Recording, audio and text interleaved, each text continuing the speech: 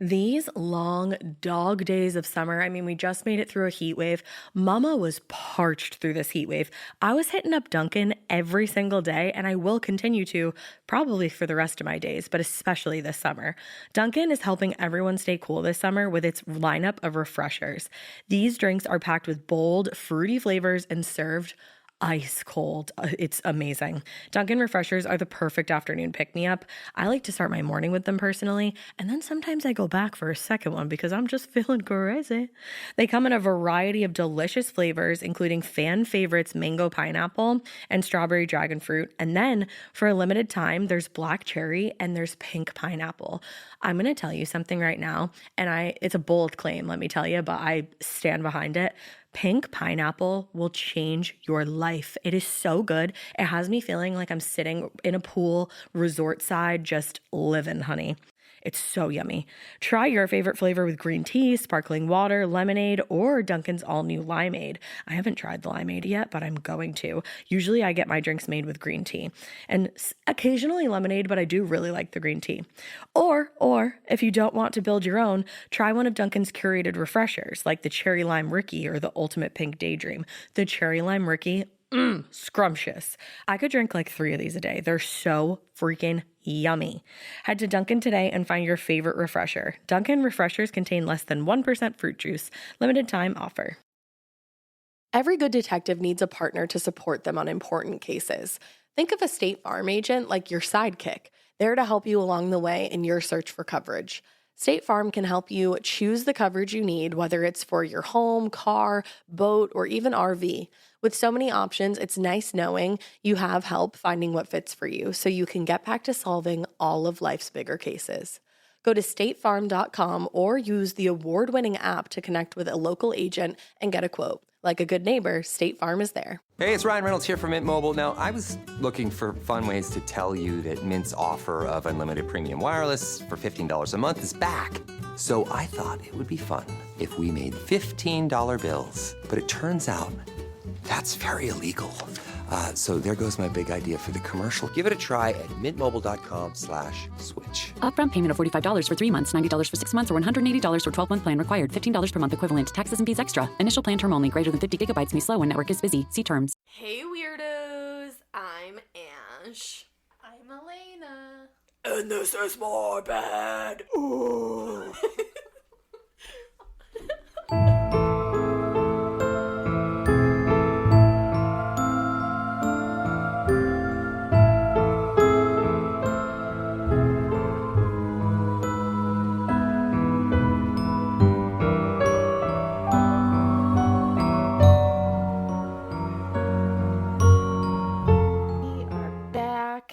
Death metal band now. Oh. That actually hurts my throat and I couldn't do that. That's a lot. Way to just shove yourself into the table and make everything move. Sorry. Rude. Not sorry. Who do you think you are? We're back in our pod lab. And I'm kind of sweaty. We're helter-sweltering up here again. I wouldn't say helter-sweltering. I would just say like brief sweat. Yeah. I'm like glistening. Low-grade sauna. Low grades, glisten. Yep. Yeah. Yeah. Yeah. Mm-hmm.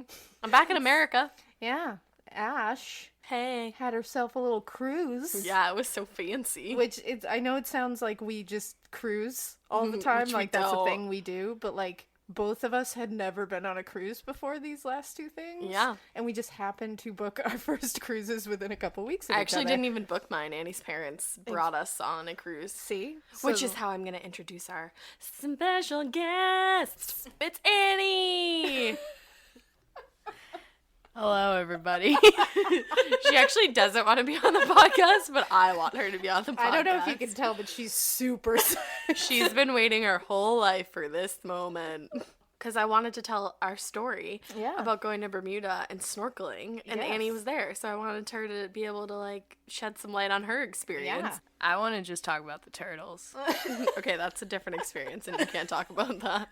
But there were turtles. But nice try, though. No, the The snark. The turtles were not there when we were snorkeling. But Bermuda has the most shipwrecks in the whole world. That's wrong. Okay, I actually don't want you on the podcast anymore, and I'd just like to remind you that my IQ is not that high, and I don't retain information, and I don't research. You're really funny. Thank you. Anyways, so yeah, they have a lot of fucking shipwrecks, Annie. A whole buttload of shipwrecks. Yeah, apparently not the most in the world. I listened to the tour guide. I actually don't want you here at all. Why did I invite you? This took a really dark turn, guys. And that was the end of their relationship.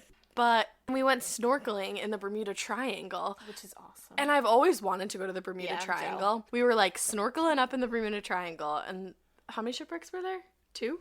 There was 2. And I would like to say that I am terrified of shipwrecks to bring in this to why I'm here. You're terrified of like things that are like submerged underwater. I don't like submerged objects. The Titanic underwater really terrifies me, so I don't like shipwrecks. I get that. But you know what? Like, I get that. She sacrificed it for our love. What a woman. Okay, so we like cruise out there and the guy's like telling us all this stuff that apparently fucking Annie retained, but I didn't. And so then they like tell you how to snorkel. It's pretty straightforward. You get to wear flippers. I was like, that was fun. I was living my best mermaid life. And we dive in, and one of the shipwrecks was just like the boat wasn't there anymore, but it was carrying all these cement bags because it was from like what year, Annie? Oh, I don't remember the year. It was like 18. So there was the cement bags that had, it was a wooden boat. So yeah, the so boat it deteriorated. and the wood all drifted away. So it was like a phantom shipwreck. Yeah. No, but all the cement bags were still there, and they like they kind of like morphed into each other. So I'm just swimming. So then there was another boat that was like a 250-foot steel boat. I remember when I was like, I don't see it. And I literally get in the water and I just look down and see this huge boat That's underwater. terrifying. And my heart is like pounding, and Ash is like, where's the boat? And No, because it like there's coral all over it, and so it like blends in. It's like camouflage. But then you look a little harder, and you're like, oh, there's the You look a fucking little boat, harder and you're moron. like, there's Mike Pence. Okay, that's a different story for another day, assholes. This is what happens when Annie and Alaina get together with me. They just fucking light up my spot. This actually might be of note to some people because it's funny. Well, we should begin by saying that Ash kind of mistakes any older white dude for Mike Pence. I'm just on the lookout for Mike Pence because I know he wants to fry the gays. Yeah, she's scared. I'm scared. Honestly, You you're should be smart. too. You're smart. But you always say it in like a monotone voice, and you're like, is that Mike Pence? Because in disaster situations, you're supposed to remain calm. So you're just on the lookout I'm just for like, your greatest enemy. is that Mike Pence? But it's literally any older white dude. She's like, that must be Mike Pence. Yeah. I'm like, no. I love it. Anyways, I was living. Annie's just like floating above the water, but I'm like face deep. I'm like, hold my noodles so I can dive Hold deeper. my noodle. They made you have noodles, and I was pissed. I mean, yeah.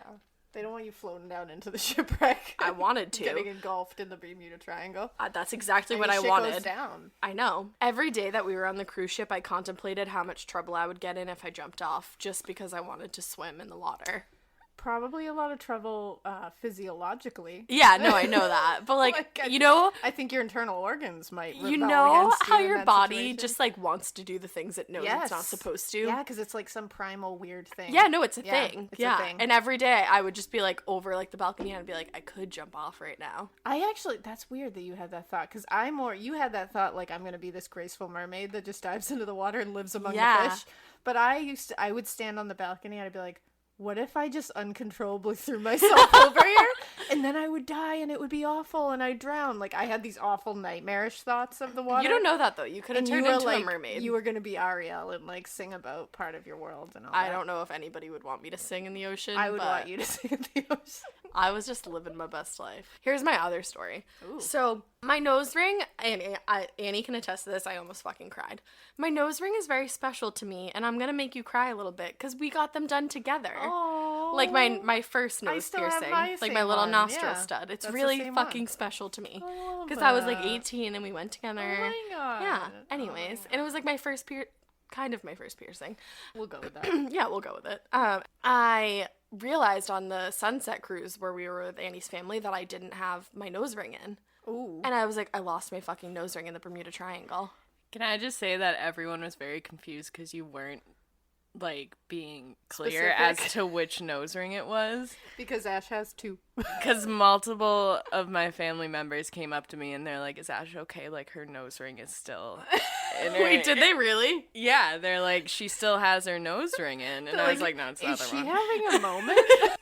Has she had too many rum swizzles? Did she have an emergency contact? My nostril piercing, not my septum piercing, is the one I Yes. lost. So my nostril piercing. I thought it was gone. And then I'm sitting there and I'm like, I have this vision because I'm a white witch. And I'm like, okay, maybe I'm going to get home or like back to the cabin and it's going to be like on the little vanity where I get ready. Like I feel like it's going to be there. Ooh. I fucking get back to the cabin and my fucking nose ring is on the vanity. Are you shitting me? It was fucking there. And I was like, That's bananas. I just believe that, like, the Bermuda Triangle, like, spit it out, but then realized how sad I was. And Annie's mom definitely thinks I'm, like, a psychopath. No, you know what? I think that's exactly what happened. I think that's what happened. I think the Bermuda Triangle was fucking with me. Because the catamaran cruise was also in the Bermuda Triangle. Yeah. So I had been in the Bermuda Triangle twice that day. This was pure Bermuda Triangle. Yeah, it Also, was. that's, like, is that really hard to say? Does anyone else Bermuda have trouble Triangle? saying Bermuda Triangle? I think I just love it so much that I can say Bermuda Triangle, Bermuda Triangle, Bermuda Triangle. Yeah, I can't do that. I can barely say it once. I'm like, Bermuda. Bermuda, Bermuda. Bermuda Triangle. But yeah, so that was my trip to the Wow. Bermuda Triangle. I did a lot of other stuff. I went jet skiing. Annie swam with turtles. It's pretty cool. But yeah, go on vacation And that's sometime. the last of our vacations for, like, ever. So Yeah. you'll never have to be without us again, because Yeah, we got it all out of the way in the months of June and July. yeah. Goodbye, everyone. Bye, Annie. We've just sent her to her corner on the floor. Yeah, she just falls asleep when we're Pile podcasting. of blankets on the floor. She's now been relegated to. But yeah, everybody, that's my bae.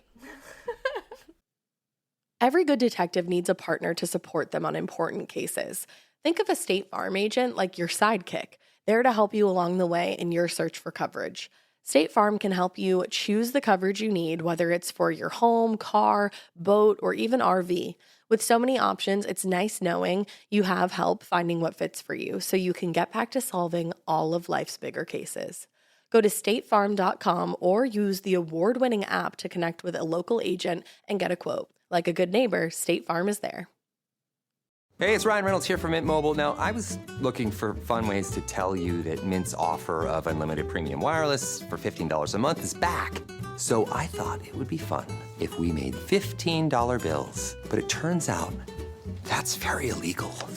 So there goes my big idea for the commercial. Give it a try at mintmobile.com/switch. Upfront payment of $45 for 3 months, $90 for 6 months, or $180 for 12-month plan required. $15 per month equivalent. Taxes and fees extra. Initial plan term only. Greater than 50 gigabytes may slow when network is busy. See terms. So tonight's case is kind of a fun little unsolved mystery. And by fun, I mean tragic and awful, but Yeah, super know. fun, good Yeah. times. fun, like spooky, and there's a lot of theories.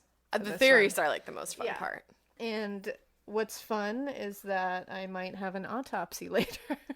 Ooh. So we'll get through this. So, tonight's topic Ba-dum-bo. is the mysterious disappearance of the Sodder children. Whoa! I'm gonna give you a brief little overview, and I then we'll need get it. into some, some of the like real details of this whole thing. The deets. So the Sodder children disappearance begins 1945, Christmas Eve, Yes. holidays and shit. It's like supposed to be cheerful. you know, Like deck the halls know, with and, bells like, of holly. what is it? It's like nothing was stirring in Not, the house except for a blazing fire. Spoiler alert. Yikes. So this is in Fayetteville, West Virginia. Parents George and Jennie Sodder had 9 children. Too many. One might say too many. Far too many children. They actually had 10 children, but 9 of them were in the house Okay. because their oldest child was away in the army. Oh. And I looked everywhere, and you cannot find this child's name. So, That's really weird. Yeah, it's weird. But 9 of their children were in the house. They were awoken in the middle of the night by a fire. And George and Jennie got out of the house along with 4 of their children. 2-year-old Sylvia, 17-year-old Marion, 23-year-old John, 16-year-old George Jr. They all got out of the house. Mm-hmm. Now, I don't know if you guys know math, That's but that's 4 not kids. 9 kids. There are 5 left in the house. There are 5 who did not come out of the house. Quick mental math. The 5 that did not come out of the house were 14-year-old Maurice, 12-year-old Martha, 9-year-old Louis or Louis, 8-year-old Jenny, and 5-year-old Betty. Oh, 5 is so I know. young. 5 is like really, that like gets you. Yeah. That one gets you. In your heart. So the 5 children that didn't come out of the house shared 2 bedrooms that were upstairs. Mm-hmm. So in the end of all this, the house burned down, and those children, no one knew what the fuck happened to them because no remains were found. So that's the basis of this. Right. So that's crazy. That's just a sad story.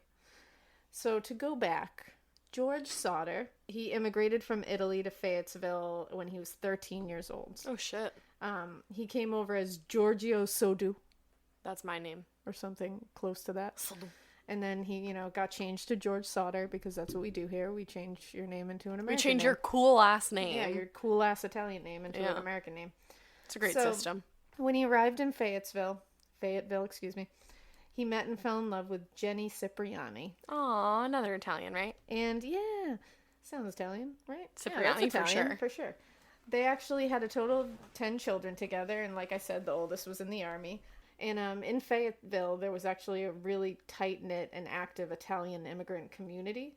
Most people around the town respected George. He was a good dude. He was pretty chill. They were a middle-class family. Mm-hmm. George was very active in this Italian community, but he was also pretty vocal. Like, Which he was is the kind never of, a good idea. I mean, it's a good idea to Just be be like, quiet. speak I'm your just mind. kidding. like, speak up. But Yeah. Know your audience. Yeah, just know your audience. But so he was very vocal about a lot of things. Like, people knew he had opinions. Mm-hmm. But his one thing that he was like really, really vocal about was his disdain for the Italian prime minister / fascist dictator Benito Mussolini. Benito. In case you don't know who Benito Mussolini is, I'll give Mussolini you or Mussolini? Mussolini. Oh. Sorry, I'm having a moment. I was like, I was Believe like, me. you mean Mike Pence? It's Mike Pence, essentially. So I mean, this guy was a fascist, and he was just a really bad guy. He was he had a lot of super loyal followers. okay. Kind of like someone else you might be able to think of. Like rings I'm a not bell. going to name any names.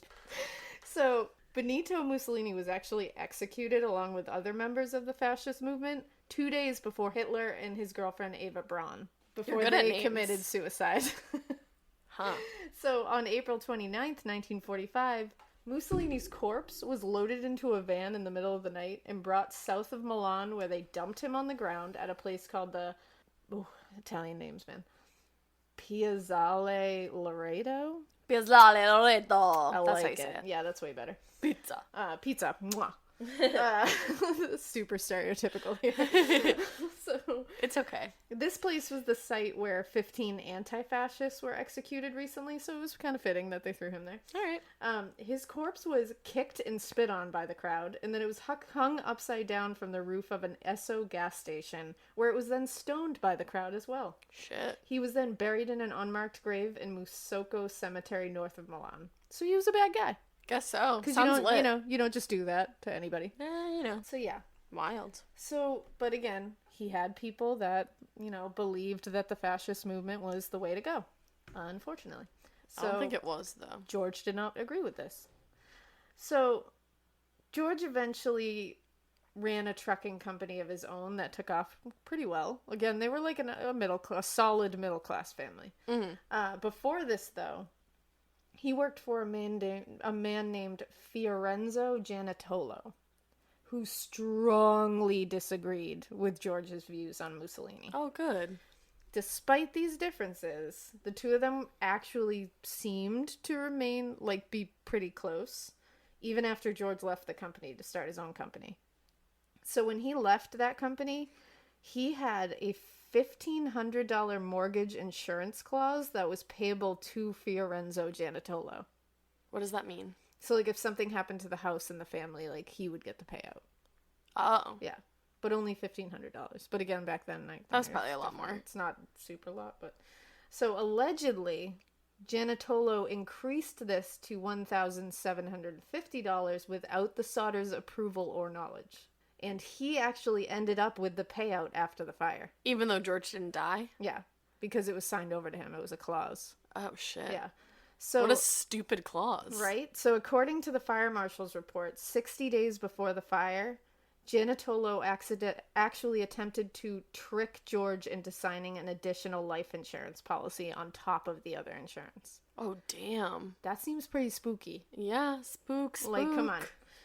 Now, when he was trying to trick him into buying this insurance policy, he got super pissed when they didn't want it. And he actually yelled at George, quote, "Your goddamn house is going up in smoke and your children are going to be destroyed. You're going to be paid for the dirty remarks you have been making about Mussolini." What? Case solved. Who heard that? Like, I think we can leave now. Yeah, and that was the case. So the end. That was that. He did it. Like, how did... What? And this Yeah. is an unsolved case? And this is unsolved. Because I think we just cracked the code. I mean, maybe I'm using, like, my super advanced, well-honed detective skills here. I don't but know, Sherlock. I think... It seems like the case is solved as fuck. Yeah. But it's like when the villain in movies reveals their entire evil plan, and you're like, why are you doing that? This You is know, like when a they're Scooby-Doo case. Yeah. Like, there's, like... There's this like, is oh, you pesky kids. Yeah, like, they're always... It doesn't make sense. No. But anyways, it's still unsolved. We don't know. I don't know. So, about a month before the fire, a stranger had showed up at the Sodder home inquiring about some hauling work. So that's not too weird. Like, What's especially in hauling? those days, I'm like hauling stuff away. Oh, like cleaning for them? Just like picking up shit and bringing it away. Like, hey, I just want to pick You up the know. shit at your house. I just want to haul shit. Can I just haul your house? And that was like a thing back then. Like, So it's people just would like cleaning. Show up and be like, "Can I haul some shit?" And You were like, "Yeah, no. yeah, you can do that." So The 40s were a time. So this man lingered around the back of the house where the two fuse boxes were located. Don't like that. And he actually noted to George, these are going to cause a fire someday. So that's weird and George was like, no, they're not.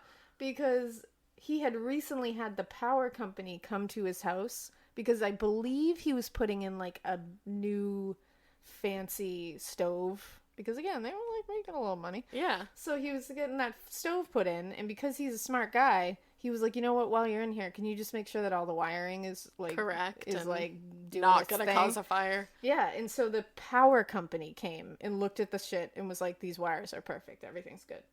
So That's creepy. now, a couple of days before the fire, two of the surviving children saw a man watching the younger Sodder children coming home from school on Highway 21. Ew. Ew. In fact, that's what I wrote. Ew. I read it, but then I actually Yeah, said but you it. thought it. It only happens every 4 years, and this time it's here. The biggest tournament in the world. Stadium shaking, flags waving. This is history, and you want to be there. But real life can make it tough. Work, busy schedules, and the price. That's where Priceline comes in. Priceline has millions of deals on flights, hotels, and rental cars so you can go see it live. So find a great deal and make the trip happen. Rally the crew, go see the game live, turn your dream trip into reality. Book now with Priceline. So, on the night of the fire, I'm going to let you in on the storyline of what happened that night now. I remember, I forget who did it, but I listened to a podcast where they covered this case, and I was like, this is like a good movie. It is. This would be a good movie. So, on the night of the fire, Christmas Eve, at 12:30 a.m., the phone rang and Jenny answered it. She heard a female voice who asked to speak to someone that she didn't know. And she said in the background there was clearly a lot of laughter. There was like glasses clinking, like they were toasting in the background. It looked like a party. And it's Christmas Eve, so So Jenny said, "You have the wrong number," and she hung up the phone. Now, this would seem weird, but later they were able to track down this woman. Oh, they were? And she literally just had the wrong number. Like, it was like she was at just a like a party and weird just had ass the wrong number. coincidence. So there's nothing to that, but it's still, it's, you know, part of the story. Yeah. So while she was talking on the phone, she noticed that the lights were still on downstairs and Marion was asleep on the sofa. Because what had happened was... Didn't she, like, let them stay up late or something? Exactly. So it was Christmas Eve, they had gotten presents, a couple of presents, and I believe it was Marion, the 17-year-old, was, like, working at, like, the Five and Dime, and she had bought all her younger siblings toys. Oh. And, like, surprised them with them. That's so nice. So they were all excited, and they asked their parents got tired, I think, around, like, 10:30. And we're like, we're going to bed. And the younger kids were like, you know, we want to stay up. And like, can we stay up? And the parents, Jenny and George, were like, you can, as long as you complete your chores before you go to sleep. And turn off the lights, right? And the chores were to go outside. I think it was like to feed the cows, something with the chickens. You know, it was just like that kind of shit. But it was outside, and then come back in and make sure you do stuff. Don't send them outside that late. So just keep that in mind. So, again, and you know, so she noticed the lights were on downstairs. Marion was asleep on the sofa. She locked the door, shut off the lights, and went back to bed. So just as she was beginning to fall asleep, she heard a loud bang on the roof, followed by something that sounded like it was rolling. Now, she just went back to sleep. So... Yeah. If you hear something on your roof in the middle of the night... Just like a morbid podcast tip. Yeah. It's like how we tell you that fresh air is for dead people. Yeah. Things rolling on your roof are cause for alarm. Nothing good is banging around on your roof. No. You should definitely find the source of what's on your roof. You should just do something. Don't go back to sleep. Just don't. Yeah. Yeah. Just don't. Call a neighbor. Yeah. What's on my roof, girl? What's on my roof, girl? Hey, girl. What you doing? Look Hey, on my roof. Good morning. Can you use my roof? Do that. Anyways. So, minutes later, she smelled and spotted smoke billowing into her room. Awesome. Which is my worst nightmare. So she immediately woke George, ran and grabbed two-year-old Sylvia from her crib, while screaming for her other children to get out of the house. Marion, Jenny, George, and Sylvia ran through the front door, still screaming for everyone to leave. 23-year-old John and 16-year-old George Jr. ran out as well from their bedrooms upstairs. And they were also screaming for the other kids to leave, get out of the house as they were running downstairs. But they weren't there. So they all waited for the rest of the kids to run out as well, but it wasn't long before George sprang into fucking super dad mode and decided to just save his kids himself. Yeah. He was like, fuck this. So George had actually broke back into the house to try and bring out his kids. Holy shit. He sliced his arm open on he broke a window and sliced his arm open in the process. Damn. And he was stopped at the staircase because the entire staircase was on fire. Oh my god. So then he decided, okay, I know I have a ladder outside. I'm going to get the ladder. I'm going to go up to the second floor and I'm going to get him. Well, wasn't it not the there? ladder was fucking missing from the spot he literally always put it in. Not normal. It was later found about 75 feet away from the home in a ditch. Not normal. I mean, that says something. So being the persistent human he is, which we will see later on, George Sodder is a very dedicated and persistent father. Which, like, breaks my heart. Yeah, it does. He had the idea to then use his coal trucks to park outside of the house and stand on it to climb up and get his kids. Damn. But they were suddenly not starting. Which didn't make any sense. They had worked perfectly only the day before. Right. So, in desperation, he actually tried scooping water out of a nearby rain barrel, but it was frozen. God. And he kept trying to enter the house. Oh. Now, the other thing is, why the hell are there no reports of seeing these kids trying to get out of the house? Right. Like, none of them came to the windows, you didn't hear any screaming, nothing. So they just laid in bed and silently turned to dust? Nope. Like, nope, that's not how that works. So while this is all going on, you know, the parents are going nuts, everybody's trying to get those kids. 17-year-old Marion ran to the neighbor's house to call the fire department. Unfortunately, the operator on duty was not on duty and did not answer. So there's just no one on duty? So Marion ran to another neighbor's house to call, and they too could not get an answer. What the fuck? So do you think somebody, paid off, the person to leave? Well, it gets weirder. This second neighbor actually went into town to get the fire chief, F.J. Morris, in person, where Jesus. he found him at a local tavern. So the fire department was only 2.5 miles away from the Sodder home. But because the chief claimed he couldn't drive the fire truck without one of the other firefighters, and he was having to call them all to get into work, they didn't get to the Sodder home until 8 a.m., which was 7 fucking hours after the fire began. So they must have been paid off. Something weird is going on. Because that doesn't make any sense even for, like, I mean, 1940s. Like, something's weird. Yeah. I mean, the thing is, it's all weird, but it was Christmas Eve, so they didn't have anybody on duty. Right. And it was like a volunteer basis, so all that was going against them. But still. Yeah, the whole thing is weird. It's a weird, weird thing. It only happens every 4 years, and this time it's here. The biggest tournament in the world. Stadium shaking, flags waving. This is history, and you want to be there. But real life can make it tough. Work, busy schedules, and the price. That's where Priceline comes in. Priceline has millions of deals on flights, hotels, and rental cars so you can go see it live. So find a great deal and make the trip happen. Rally the crew, go see the game live, turn your dream trip into reality. Book now with Priceline. So, by the time they got there 7 hours later, the house was gone. Oh, it was? Yeah. Is that how Totally fire gone. works? Yeah, that's how fire works. Oh, okay.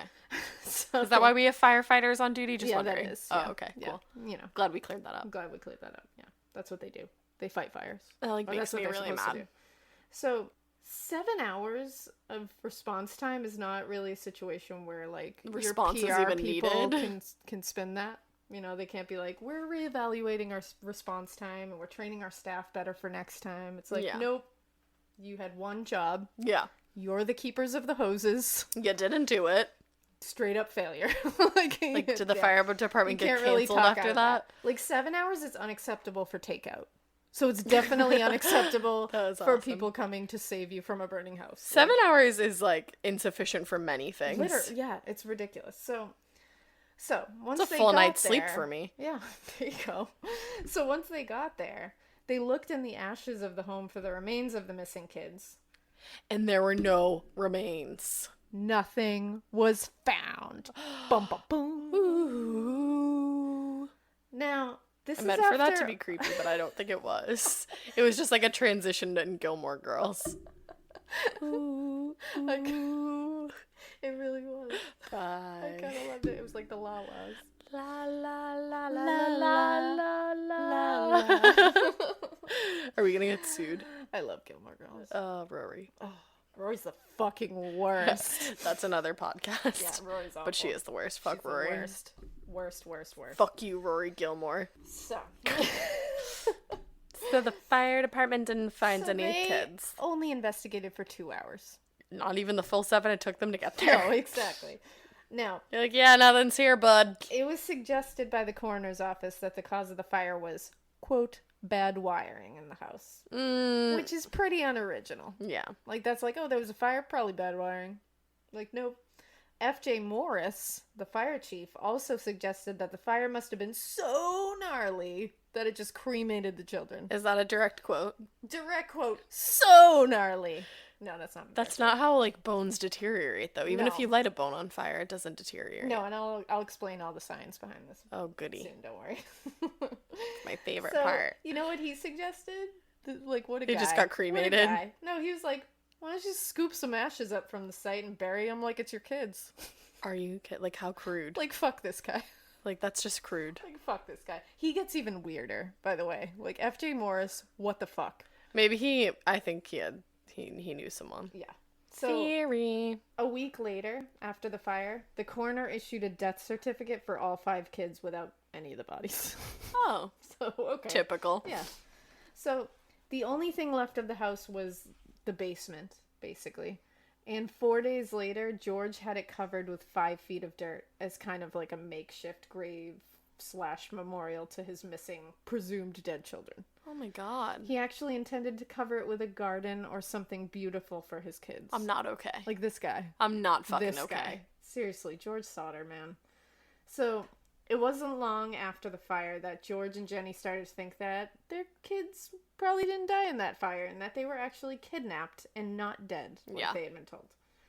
As smart people, they question why the fuck it took the fire department 7 hours to get there. NPR conducted an interview with retired fire chiefs Roy and Steve Cruikshank. They were a father and son, team that had been working in a close-by area at the time of the fire. Oh. They said that the Fayetteville department didn't even have sirens on their trucks at the time. What? And no one was manning the station because of the holiday. West Virginia Fire Marshal Sterling Lewis said in an interview that in 1945, Fayetteville firefighters didn't even have self-contained breathing apparatuses. Holy Which shit. would make it impossible for them to go into a fire without smoke inhalation. So they literally couldn't go into that house to save the kids, even if they had gotten there in time. Top notch. Awesome. Top notch. That's fucked up. So, George and Jennie theorized that the fire was set intentionally as a diversion for a kidnapping. Mm-hmm.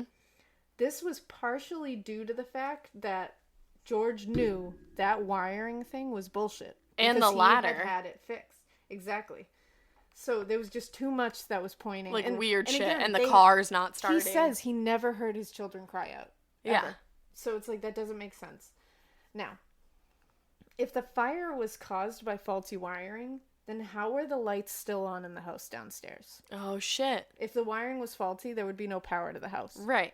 I know this because I asked my dad, who is an electrician. You're kidding. And he confirmed that the lights would not be working if there was faulty I'm gonna wiring. spit. No, the lights wouldn't work. What do you think? What? What? What? That's my dad. What kind of question is that? So thank you, Dad. That night, an eyewitness said that they saw balls of fire being tossed onto the Sodder's roof. They that didn't night, fucking do anything about it? Which could be what Jenny heard bang into the roof. Also, like, maybe you should tell someone that right away. Ready? Another morbid tip. If you see see- balls of fire being tossed on some poor person's home, Perhaps do something maybe about call it. the police or something. I don't know. Yeah, But let then somebody again, know. in Fayetteville, I don't know what would have happened. Maybe they just would have been like, "We're at the tavern drinking, so Yeah. sorry, I can't drive the car I'll by actually, myself." I'll be there in like 7 hours. Yeah, we'll be there sometime. Don't worry, you'll probably be fine. So when the family The fuck? returned to the scene later to pay respects at the memorial that George was creating, Sylvia, the 2-year-old, found a hard rubber object in the yard. George looked at it and believed that this object was a napalm pineapple bomb. Excuse me, what? Napalm pineapple bomb, Bermuda Triangle. which were used in the war at the time. Now, these could be the things. Jenny was like, this is the thing that I heard hit the roof. And Yeah. then roll. Like, Right. it fits perfectly. Yeah, that shit makes sense. There's too much here. This man. case There's is too so much. spooky. It really is. It's like insane. So the reports of the, that makes the reports of the fireballs really credible. Right. The flames had also spread from the top floor to the ground, which contradicts the idea that the fuse box on the ground floor was responsible for the fire because they started from up top. Okay. But cool, let's blame the fuse box. So, Like, who thought that? this really pissed Mama Jenny off. And Good. she started going science on this bitch. Yeah. So she started experimenting by burning different animal bones herself and found that all of them left identifiable remains of some sort. Yeah. She could not get one to burn all the way to ashes. Now, this is when she spoke to a crematorium employee who told her that bones were left behind even when a body was burning at 2,000 degrees Fahrenheit for 2 hours. Which is not what. An average house fire Are you okay? An average house fire burns normally at about 1,200 degrees Fahrenheit. The Sodder home only burned for about 30 to 45 minutes. So it never would have. There would be bone fragments and shards at the very least. Yeah. And that's being very, generous with Right. it. To further illustrate how bananas the idea of these children being burned to ash is the fact that household appliances were found intact among the ashes. Oh shit, yeah. So Yeah. your fucking toaster is gonna survive, but your kid's Exactly. not? No. And also, if 5 children had been cooked in that house, then the smell would have been pungent as fuck. Oh, Burning yeah. flesh smells like shit. And they would have smelled that shit all through town. Right. If 5 kids were burning in there, like, come on. Oh, that's horrifying. So, I did a little more research, just to make sure. Do you like to research? I love research. Oh, you do? I really do. People love that you love to research. I'm glad people love Someone that. 'Cause said I that love even it. I was good at researching. They did. That was generous. His name Max. Max. Max. Thank you, for that. Max. So, His IQ is also 11. we loved that email, by the way. I was dying. So according to the Forensic Pathology Reviews, Volume 1, in the section Morphological Findings in Burned Bodies, I'm actually sleeping. it states that Just kidding. even if high temperatures are applied for several hours, there will usually still be enough skeletal remains to allow successful determination of species, the body measurements, and the sex, as well as to identify skeletal anomalies and the presence of possible injuries. Whoa. So there would be a lot left. You just sounded official as shit. I'm just saying.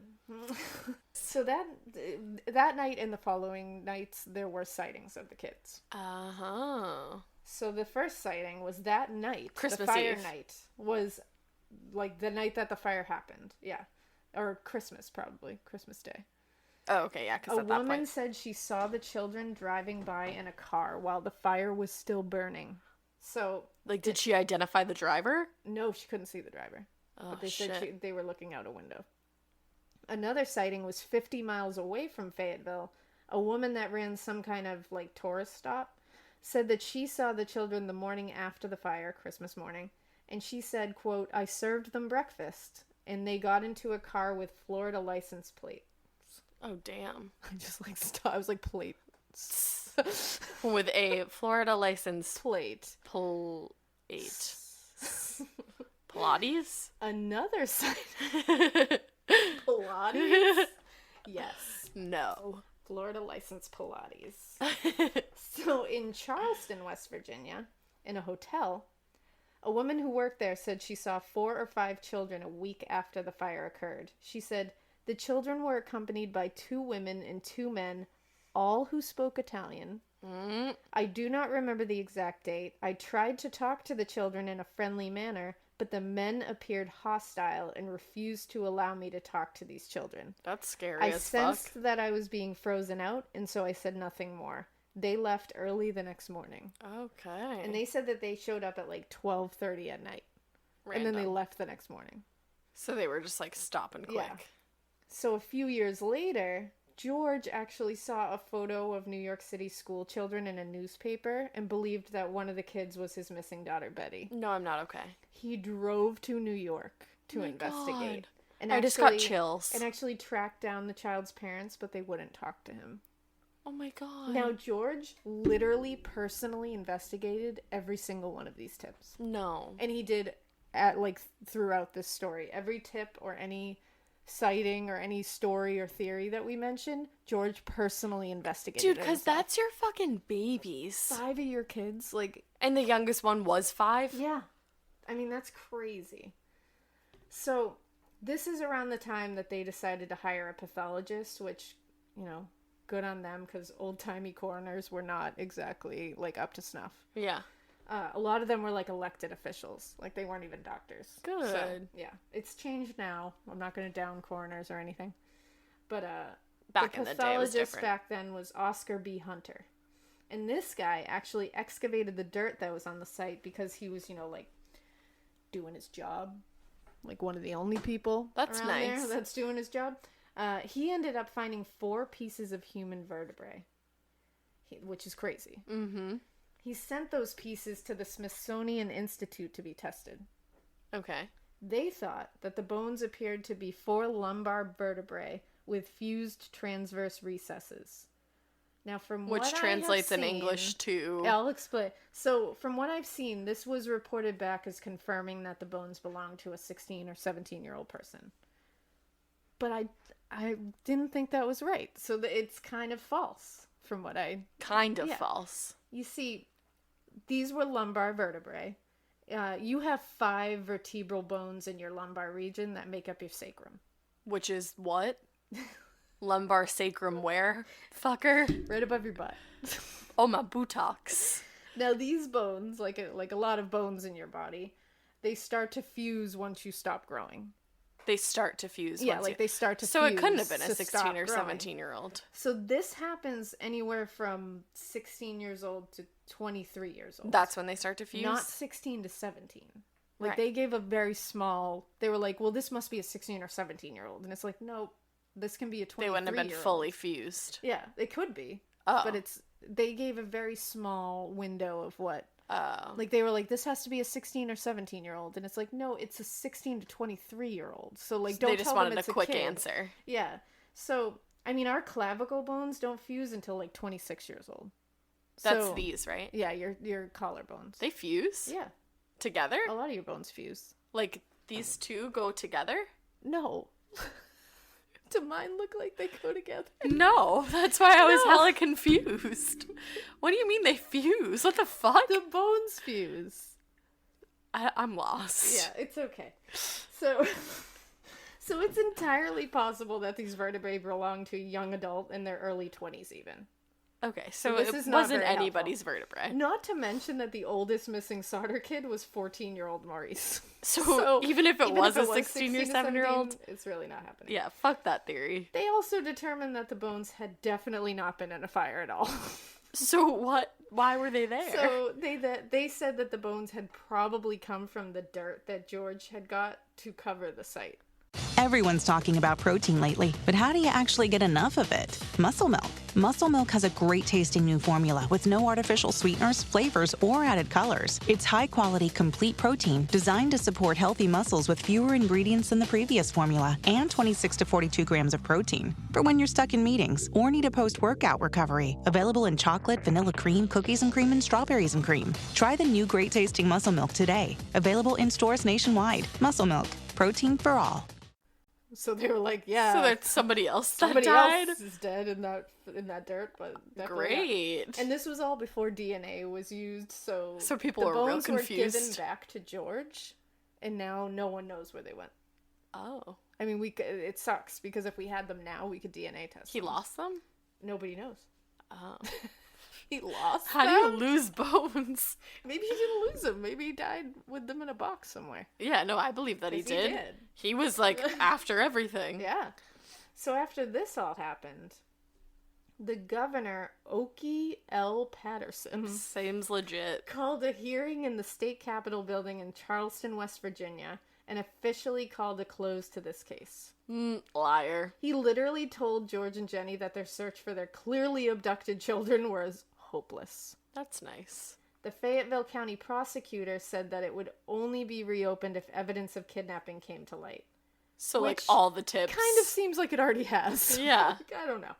So he ended with saying, quote, "Something is haunting this family, and I would do anything to put their minds at ease." I think what's haunting this family is the fact that You're fucking closing the 5 case. children disappeared in thin air. Like, And you're maybe. closing the case. Yeah, maybe that's haunting them.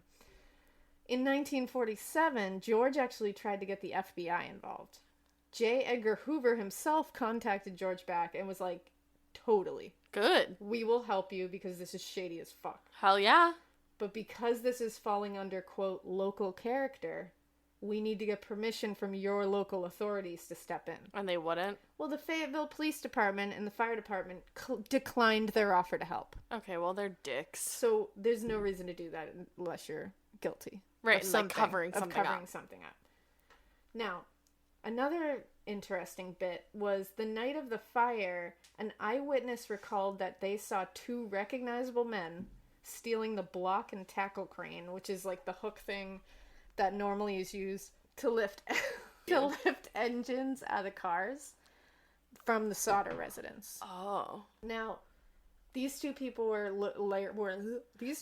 identified as Dave Atkins and Lonnie Johnson, who are owners of a nearby like beer place. Okay. You know? Only Lonnie was ever questioned because Dave pieced out to the army to avoid prosecution. Good. Lonnie said he cut the phone lines that night because he thought they were power lines. So how is that better? The only weird Why thing... did he cut them? Did he say why? I don't know. Probably, I have no They idea. didn't ask that fucking Yeah, question? Well, that's very, very inept authorities here, to Yeah. be quite honest. Also, the power lines were 14 feet up in the air. So how the hell did he get to it? So people were like, did he steal the ladder? Yeah. But he didn't say anything.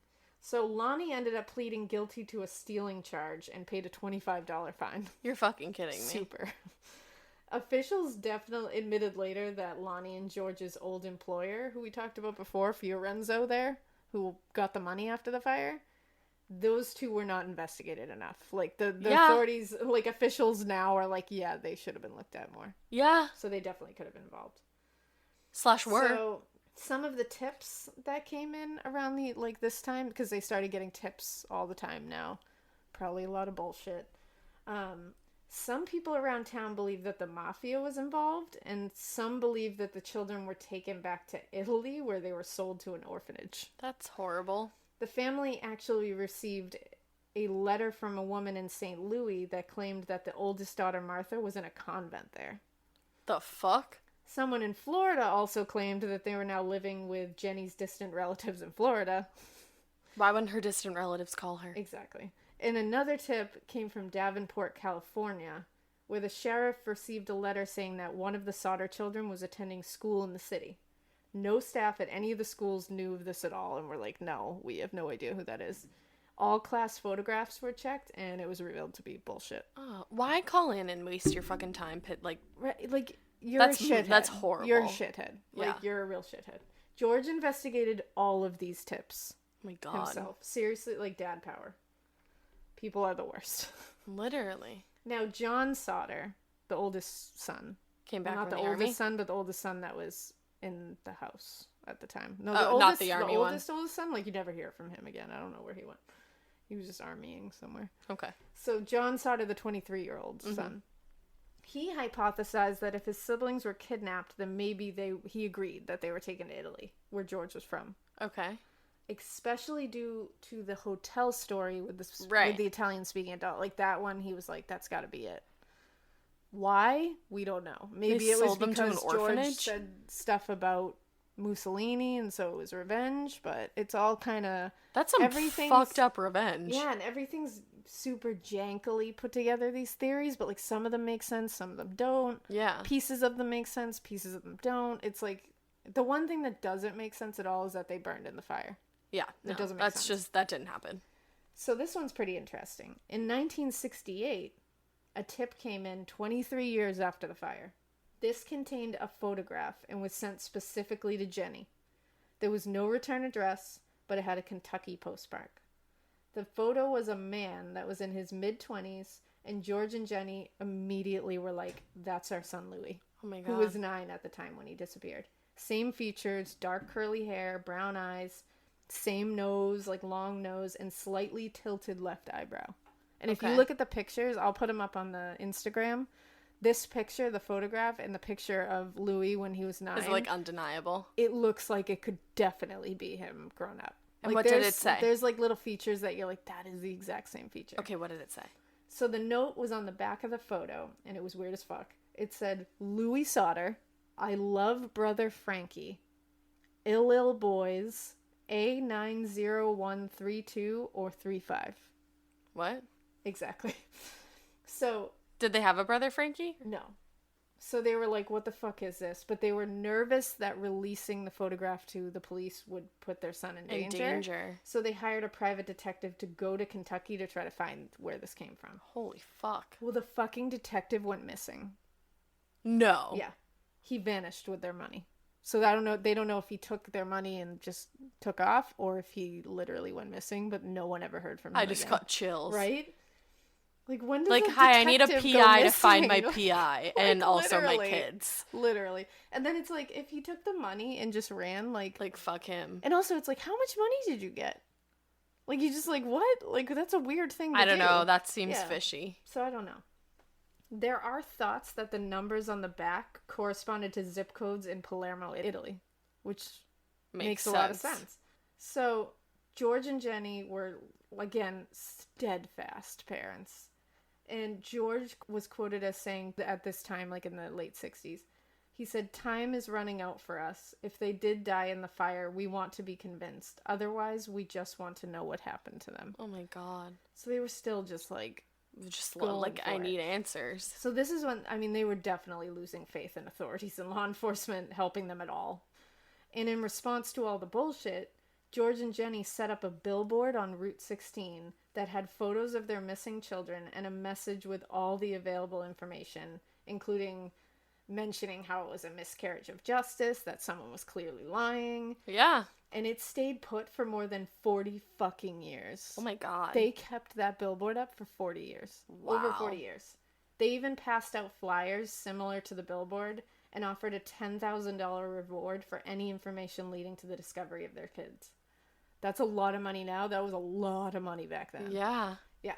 So I'll put a picture up of the billboard on the Instagram, but this is what it says.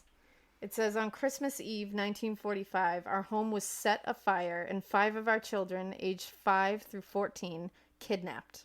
The officials claimed defective wiring, although lights were still burning after the fire started. The official report stated that the children died in the fire. However, no bones were found in the residue, and there was no smell of burning flesh during or after the fire. What was the motive of the law officers involved? What did they have to gain by making us suffer all these years of injustice? Why did they lie and force us to accept those lies? Oh All my on God. the billboard. I literally have goosebumps. Like, look at my leg. Like, what badass Holy motherfucker. Like, they were shit. like, fuck you guys. I Yeah. know this is bullshit. My entire bod is covered She in really goosebumps. is. Like, damn, Holmes. I love it. I love it. So, at this time, this is when they turned to another private investigator named C.C. Tinsley to help them. Fuck yeah. That's a name. Like, that's a C.C. private Tinsley. investigator name. Now, this motherfucker found out from a member of the coroner's jury who helped to decide. Now, this is a member of the coroner's jury were the people that helped determine the cause of the fire. Right. These people determined that it was faulty wiring. This guy that he talked to that determined it was faulty wiring, Got paid off. was one of the fucking life insurance salesmen. No. Yeah. That basically, the one that went with, what's his name there? Fiorenzo? Yeah. Went with him to try to sell this shit. So he just wanted the money. So it seems like he might have a motive here. Right. So he also talked to the fire marshal, Sterling Lewis, on scene. And this guy said that he talked to everyone that sorted through that scene that morning, and they all said they found human remains. But they didn't. So why did Chief F.J. Morris say that there weren't any found? Sterling Lewis was like, oh, they were probably rushing because they took 2 hours. Normally an excavation after a house fire takes like days to weeks. What? So he's literally like, they were just rushing, and he must have been just not paying attention to the human remains that were found because... The fucking... you what know. was it? 5 human remains? Yeah, 5 human remains. Which would be a lot of remains. Yeah. And very noticeable. So he, quote, thinks some remains, quote, may have been found that day, but shit, it was Christmas, and we were rushing. Okay, like actually, big fuck you. Like, it's Like, bananas. gigantic fuck Bananas. you. So this guy literally thinks that there was remains found, but he was like, things were kind of weird, and, like, I think it just got, like, swept under the rug. Like, I don't know. No, I don't think so. So, I also saw reported quite a bit that investigators were really looking carefully for remains, especially internal organs, because from what I've read, everyone was like, because they turn a bright shade of red when they're exposed to heat. Okay. And they'll be noticeable among the ashes. But that's bullshit too, because internal organs may be considerably reduced in size when they're exposed to flame because of fluid loss and consumption by the actual fire. Right. So they're not going to look like these plump, beautiful, red, huge things that you're going to see floating around. They're going to be like shriveled and fucked up. Right. So that's bullshit.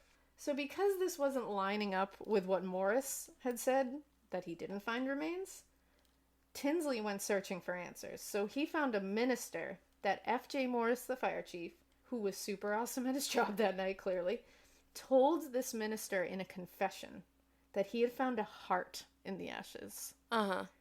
He said he put that fucking heart in a box and buried it where the house once stood. I know this one, though. Tinsley actually convinced the fire chief to show him where this box was buried and dig it up.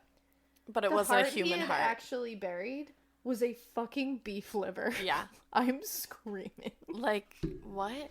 Did he think it was a heart? No, this beef liver had never been in a fire at all and was a beef liver. So now, he bought beef liver I don't know at some if any store? of you have seen a liver and a heart side by side. They're completely different. They don't look alike. So why the actual fuck did the fire chief of the town do this weird ass shit? He said he thought that by burying that and saying that, you know, there was a heart and everything, it would provide closure to the Sodder family.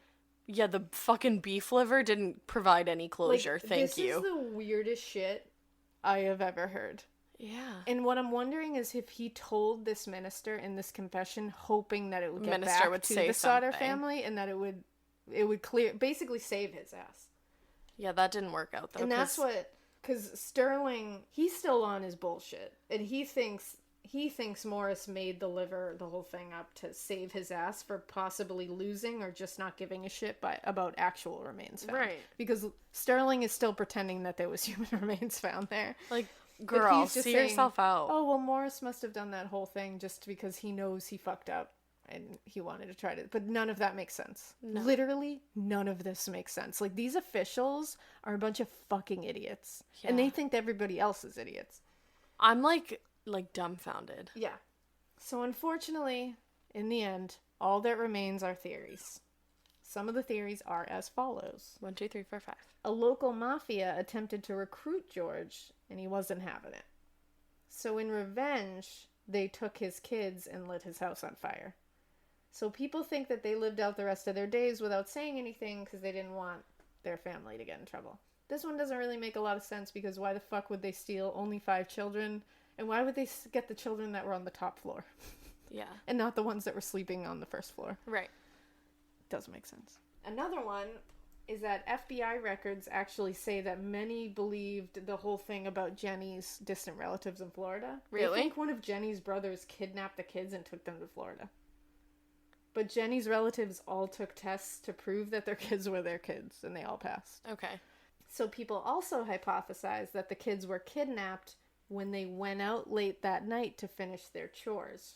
Right. Like I think feeding the cow and the chickens and shit. that makes sense. And that it had the fire happened after that. And maybe by the people who as a kidnapped them, distraction. yeah. George Sodder passed away shortly after this, whole thing with the beef liver and everything in 1969, and he was 74 years old. Oh. Jenny lived much longer and spent her last days building rooms onto her home and adding fences around her home to keep everybody out.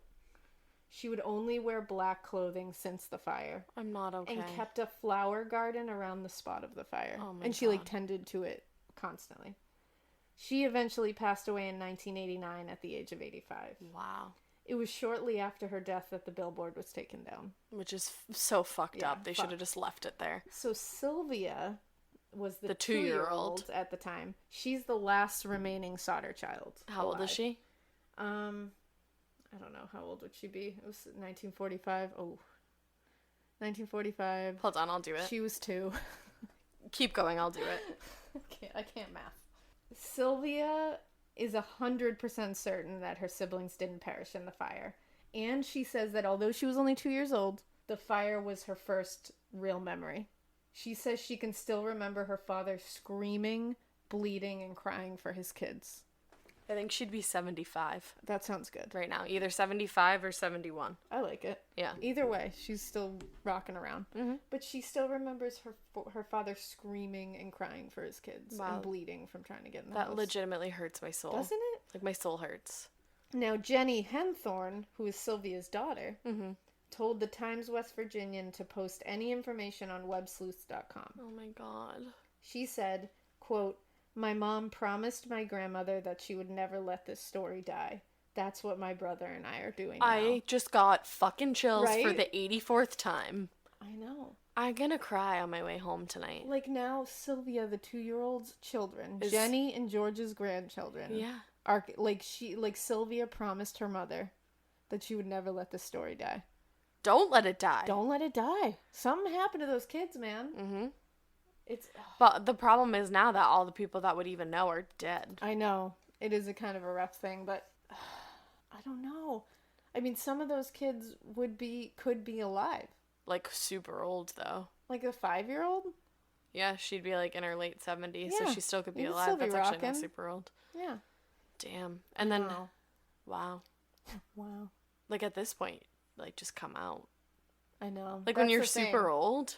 That's the thing. I just don't know what I can't. But come who up knows, with, right? Exactly why. Like it's a very bizarre story. All I can say is, personally, I believe that they did not die in that fire. No. Do you think they got taken to Italy? I think they might have. I think that's like the most like plausible. Did you say plausible? Is that wrong? Plausible? Is it plausible? It is plausible. Whatever. I think that's the most plausible, causable. It might be the most plausible too. Is that a word? No. 11 is my IQ. Is that Mike Pence? Is that Mike Pence? I bet Mike Pence knows. I bet he does know what happened to those kids. But I don't want to hear from him, so fuck that. We're gonna get fucking red lighted somewhere. Yeah, we are. Great.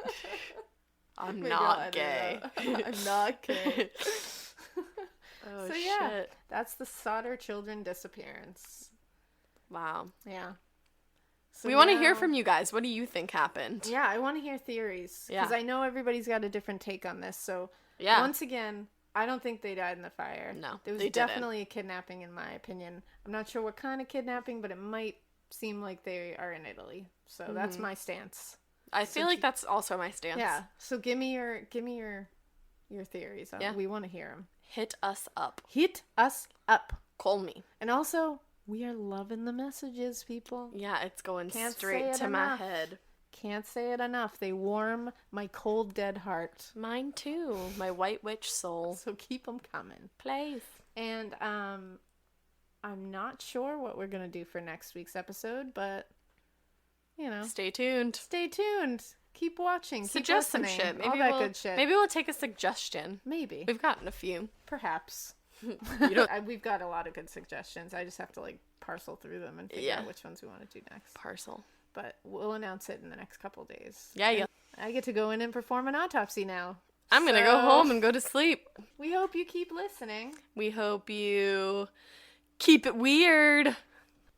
Subscribe, review, tweet us, follow us, email us.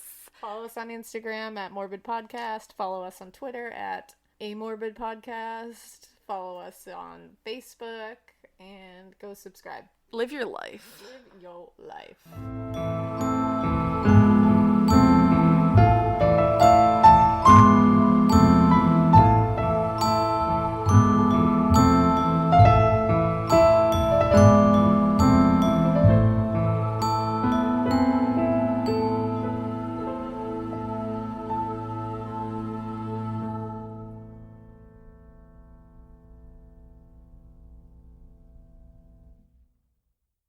Everyone's talking about protein lately, but how do you actually get enough of it? Muscle Milk. Muscle Milk has a great tasting new formula with no artificial sweeteners, flavors, or added colors. It's high quality, complete protein designed to support healthy muscles with fewer ingredients than the previous formula and 26 to 42 grams of protein. For when you're stuck in meetings or need a post-workout recovery. Available in chocolate, vanilla cream, cookies and cream, and strawberries and cream. Try the new great tasting Muscle Milk today. Available in stores nationwide. Muscle Milk. Protein for all.